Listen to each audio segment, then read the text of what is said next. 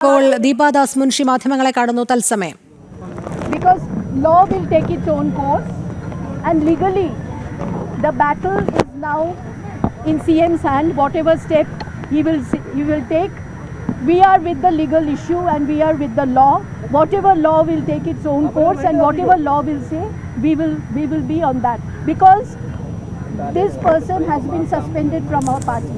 For a suspended person, we cannot comment anything. But this is a very wrong thing what has happened. I simply say that whatever the girl is saying, she should also follow the rule that she should have first gone to the police station, did an FIR, then she should have gone to the CM. But obviously she has faith on CM, so she has gone there.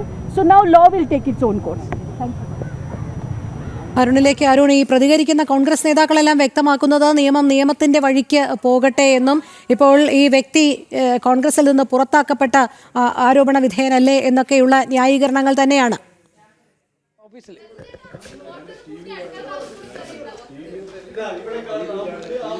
തീർച്ചയായിട്ടും ഈ കോൺഗ്രസ് നേതാക്കൾ നിയമത്തിന്റെ വഴിക്ക് പോട്ടെ എന്നൊക്കെ പറയുമ്പോൾ ആ നിയമത്തിന്റെ വഴിക്ക് പോകുമോ എന്നുള്ളതാണ് ഇനി പ്രധാനമായിട്ടും അറിയേണ്ടതായിട്ടുള്ളത്. കാരണം ഈ രാഹുൽ മാങ്കൂട്ടത്തിനെതിരെ നേരത്തെയും ഈ ഓഡിയോകളും ചാറ്റുകളും ഒക്കെ പുറത്തു വന്ന ഘട്ടത്തിൽ ആദ്യം വലിയ പ്രതിഷേധങ്ങൾക്കും മറ്റുമൊക്കെ ഡിവൈഎഫ്ഐ ഉൾപ്പെടെ രംഗത്തുണ്ടായിരുന്നു. പക്ഷേ പിന്നീട് ആ ഡിവൈഎഫ്ഐയുടെയൊക്കെ ഭാഗത്തു നിന്നും അവർ പുറകോട്ട് പോകുന്ന സാഹചര്യവും ഈ രാഹുലിനെതിരെയൊക്കെ വലിയ നിലപാട് പറഞ്ഞിരുന്ന മന്ത്രി ശിവൻകുട്ടിയാണെങ്കിലും അല്ലെങ്കിൽ മന്ത്രി എം ബി രാജേഷ്, മന്ത്രി കൃഷ്ണൻകുട്ടി തുടങ്ങിയ LDFിൻ്റെ മന്ത്രിമാർ പോലും രാഹുലുമായി വേദി പങ്കിടുകയും സംസാരിക്കുകയും ഒക്കെ ചെയ്യുന്ന കാഴ്ചയായിരുന്നു ഉണ്ടായത്. ഒരു MLA എന്ന നിലയിൽ രാഹുലിനെ വേദികളിലൊന്നും സഹകരിക്കാതിരിക്കേണ്ട സാഹചര്യമില്ല എന്നൊക്കെയുള്ള ഒരു നിലപാടായിരുന്നു ഇടതുപക്ഷത്തിൻ്റെ ഭാഗത്തുനിന്ന് പലപ്പോഴും സ്വീകരിച്ചിരുന്നത്. അതായത് ആദ്യഘട്ടത്തിൽ രാഹുലിനെതിരെ വലിയ രീതിയിൽ പ്രതിഷേധങ്ങളും പ്രക്ഷോഭങ്ങളും ഒക്കെ നടത്തിയ ഇടതുപക്ഷം പിന്നീട് അതിൽ നിന്ന് പുറകോട്ട് പോകുന്ന കാഴ്ചയായിരുന്നു ഉണ്ടായിരുന്നത്. അതുകൊണ്ട് തന്നെ ഇനിയിപ്പോൾ ഈ നൽകിയിട്ടുള്ള പരാതിയിൽ എത്രത്തോളം നടപടി സ്വീകരിക്കും, എന്ത് തരത്തിലുള്ള നടപടികളിലേക്ക് സർക്കാർ കടക്കും എന്നുള്ള കാര്യങ്ങളിലൊക്കെ ഒരു വ്യക്തത ലഭിക്കേണ്ട സാഹചര്യമുണ്ട്. അത് കൃത്യമായ നടപടികൾ ഈ വിഷയത്തിൽ ഉണ്ടാവേണ്ടിയിരിക്കുന്നു. അത് സർക്കാരിൻ്റെ ഭാഗത്തു നിന്നുള്ള നടപടികൾ കൃത്യമായിട്ട് വേണം എന്നുള്ളത് കൊണ്ട് തന്നെയാണ് അതിജീവിത ഈ വിഷയത്തിൽ കൃത്യമായിട്ട് പരാതിയുമായി മുഖ്യമന്ത്രിയെ സമീപിക്കുമ്പോൾ കൃത്യമായ നീതി തനിക്ക് വേണം എന്നുള്ളത് കൊണ്ട് തന്നെയാണ് അവർ ഇത്തരത്തിൽ മുഖ്യമന്ത്രിയെ സമീപിച്ചിരിക്കുന്നത് എന്നുള്ളതിൽ യാതൊരു സംശയവുമില്ല. നേരത്തെ ഈ ഒരു വിഷയത്തിൽ അതിജീവിതയൊക്കെ അപമാനിച്ചുകൊണ്ട് നിരവധി കോൺഗ്രസ് നേതാക്കൾ സംസാരിക്കുന്ന സാഹചര്യം ഉണ്ടായിരുന്നു. ഞാൻ നേരത്തെ പറഞ്ഞതുപോലെ ഇതിനെ നിസാരവൽക്കരിച്ച് സംസാരിക്കുകയായിരുന്നു ഉണ്ടായത്. മാധ്യമങ്ങളിലൂടെ നിരന്തരം ഈ വിഷയം എടുത്തെടുത്ത് പറയുമ്പോൾ ആ വിഷയത്തെ നിസാരവൽക്കരിച്ചുകൊണ്ട് അതങ്ങനെയല്ല ഇങ്ങനെയാണ് എന്നൊക്കെ പറയുന്ന ഒരു സമീപനമായിരുന്നു കോൺഗ്രസ് നേതാക്കൾ സ്വീകരിച്ചിരുന്നത് എന്നുള്ളതാണ്. മാത്രമല്ല കോൺഗ്രസ് നേതാക്കളെ സംബന്ധിച്ചിടത്തോളം ഇപ്പോൾ ഓരോരുത്തരും പ്രതികരിക്കുമ്പോഴും കോൺഗ്രസിൽ നിന്ന് പുറത്താക്കിയ വ്യക്തിയല്ലേ എന്ന് പറയുമ്പോൾ അവിടെ പ്രസക്തമാവുന്ന കാര്യം, അങ്ങനെ കോൺഗ്രസിൽ നിന്ന് പുറത്താക്കിയ അതേ വ്യക്തി തന്നെയല്ലേ പാലക്കാട് തെരഞ്ഞെടുപ്പ് ചർച്ചകളിൽ, അതായത് കണ്ണാടി എന്ന പ്രദേശത്തെ ഒരു കോൺഗ്രസിൻ്റെ നേതൃത്വത്തിലുള്ള ക്ഷീര സഹകരണ സംഘത്തിൻ്റെ മുകൾ മുറിയിലുള്ള ഒരു മുറിയിൽ ഇരുന്നു കൊണ്ട് സ്ഥാനാർത്ഥി നിർണയ ചർച്ചകൾ പോലും രാഹുൽ മാങ്കൂട്ടത്തിൻ്റെ നേതൃത്വത്തിൽ അവിടെ നടന്നിരുന്നു എന്നുള്ളതാണ്. മാത്രമല്ല രാഹുലിൻ്റെ നേതൃത്വത്തിൽ പല യോഗങ്ങൾ ചേരുന്നു, UDF സ്ഥാനാർത്ഥികൾക്ക് വേണ്ടി നിരന്തരം വോട്ടഭ്യർത്ഥിക്കുന്നു. അങ്ങനെ രാഹുൽ പൂർണ്ണമായിട്ടും സസ്പെൻഷനിലാണെന്നൊക്കെ പറയുമ്പോഴും കോൺഗ്രസിൻ്റെ പരിപാടികളിലും മറ്റുമൊക്കെ വലിയ രീതിയിൽ പങ്കെടുക്കുന്ന ഒരു സാഹചര്യമാണ് പാലക്കാട് കഴിഞ്ഞ കുറേയേറെ ദിവസങ്ങളായി കാണാൻ കഴിഞ്ഞിട്ടുള്ളത്.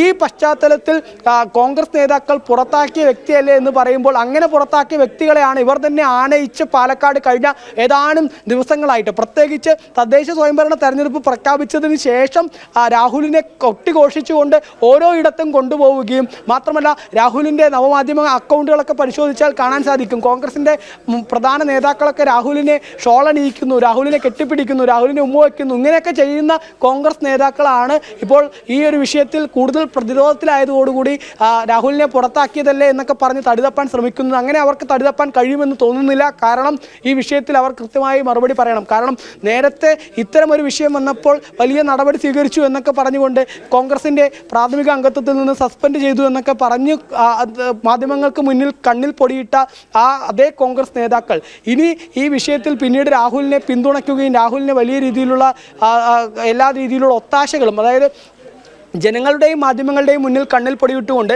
മറുവശത്ത് രാഹുലിന് പിന്തുണയേകുന്ന തരത്തിലുള്ള നടപടികളാണ് കോൺഗ്രസിൻ്റെ നേതാക്കളുടെ ഭാഗത്തുനിന്ന് ഉണ്ടായിട്ടുള്ളത് എന്നുള്ളതിൽ യാതൊരു സംശയവുമില്ല. അതിൽ ഏറ്റവും ഒടുവിൽ ഉദാഹരണമായിരുന്നു കെ സുധാകരൻ ഉൾപ്പെടെയുള്ള ആളുകൾ കഴിഞ്ഞ ദിവസം പോലും രാഹുലിനെ ന്യായീകരിച്ച് സംസാരിക്കുന്നത്. രാഹുലിനെ പിന്തുണച്ചുകൊണ്ട് രംഗത്ത് വരുന്ന മുതിർന്ന നേതാവിൻ്റെ ഭാഗത്തു നിന്ന് പോലും അങ്ങനെ പിന്തുണച്ചുകൊണ്ട് രംഗത്ത് വരുന്ന ഒരു സമീപനം ഉണ്ടായി എന്നുള്ളത് കോൺഗ്രസിൻ്റെ ഭാഗത്തു നിന്ന് ഈ രാഹുലിന് വേണ്ടിയുള്ള പിന്തുണ അല്ലെങ്കിൽ ചരടുവലികളൊക്കെ അവർ പിന്നണിയിൽ നടത്തിയിരുന്നു. അതായത് ജനങ്ങളുടെ കണ്ണിൽ പൊടിയിടാൻ വേണ്ടി ഒരു സസ്പെൻഷൻ എന്ന തരത്തിൽ നൽകി മറുവശത്ത് എല്ലാ തരത്തിലുള്ള പിന്തുണയും മറുവശത്ത് നൽകുന്നു. അതിനുശേഷം അടുത്ത തദ്ദേശ സ്വയംഭരണ തെരഞ്ഞെടുപ്പിൽ വീണ്ടും ഒരു മുഖം മിനുക്കലിൻ്റെ ഭാഗമായി രാഹുൽ പാലക്കാടെത്തി സ്ഥാനാർത്ഥികൾക്ക് വേണ്ടിയൊക്കെ വോട്ട് അഭ്യർത്ഥിച്ച് പൊതുജനങ്ങൾക്കിടയിൽ വീണ്ടും മിങ്കിളാവുന്ന ഒരു കാഴ്ചയാണ് നമ്മൾ കണ്ടത്. ഇനി അടുത്ത നിയമസഭയാകുമ്പോഴേക്കും വീണ്ടും മത്സര രംഗത്തേക്കൊക്കെ ഇറങ്ങുന്നതിന് മുന്നിൽ കണ്ടുകൊണ്ടായിരിക്കണം രാഹുൽ മാങ്കൂട്ടത്തിലും കോൺഗ്രസും കരുക്കൾ നീക്കിയത് എന്നുള്ളതാണ് നമുക്ക് മനസ്സിലാക്കാൻ സാധിക്കുന്നത്. പക്ഷേ അതിലേതായാലും വലിയ പ്രഹരമായി മാറിയിരിക്കുന്നു അതിജീവിത മുഖ്യമന്ത്രിക്ക് പരാതി നൽകിയതോടുകൂടി എന്നുള്ളതിൽ സംശയമില്ല.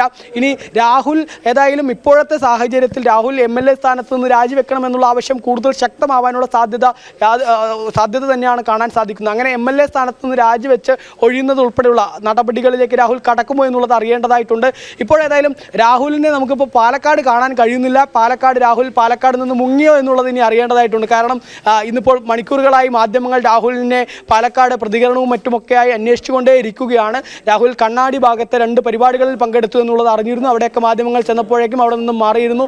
മാത്രമല്ല MLA ഓഫീസ് ഇപ്പോഴും പൂട്ടിക്കിടക്കുന്നത്. ഞാൻ ഇപ്പോൾ നിൽക്കുന്ന MLA ഓഫീസിലാണ്. MLA ഓഫീസ് ഇപ്പോഴും പൂട്ടിക്കിടക്കുന്ന സാഹചര്യമാണ് ഉള്ളത്. അതുകൊണ്ട് തന്നെ രാഹുൽ മാങ്കൂട്ടത്തിൽ ഇപ്പോൾ പാലക്കാട് ഏതായാലും കാണാൻ കഴിയുന്നില്ല. രാഹുൽ പാലക്കാട് നിന്ന് ഇപ്പോൾ പ്രതിരോധത്തിലായിരിക്കുന്ന സാഹചര്യത്തിൽ ഇവിടെ നിന്നും മുങ്ങിയോ ഇനി എന്താണ് രാഹുലിൻ്റെ നടപടികൾ എന്നുള്ളത് അറിയേണ്ടതായിട്ടുണ്ട്. മാധ്യമങ്ങൾക്ക് മുൻപിൽ നേരത്തെ എടുത്തെടുത്ത് ചോദിച്ച, അതായത് പരാതിയുണ്ടോ എന്ന് ചോദിച്ച രാഹുൽ മാങ്കൂട്ടത്തിൽ ഇപ്പോൾ കൃത്യമായ പരാതിയുണ്ട്. ഇനി രാഹുൽ എന്താണ് ഈ വിഷയത്തിൽ പറയാനുള്ളത്, അതെന്തുകൊണ്ട് പറയുന്നില്ല, മാധ്യമങ്ങളുടെ മുന്നിൽ നിന്ന് ഒളിച്ചോടുന്നു എന്നുള്ള ചോദ്യം പ്രസക്തമായി മാറിയിരിക്കുന്ന സാഹചര്യമാണ് ഇപ്പോൾ ഉള്ളത്. വന്നതിന് തൊട്ടു പിന്നാലെ രാഹുൽ മുങ്ങുന്ന കാഴ്ച തന്നെയാണ് കാണാൻ കഴിഞ്ഞിരിക്കുന്നത്.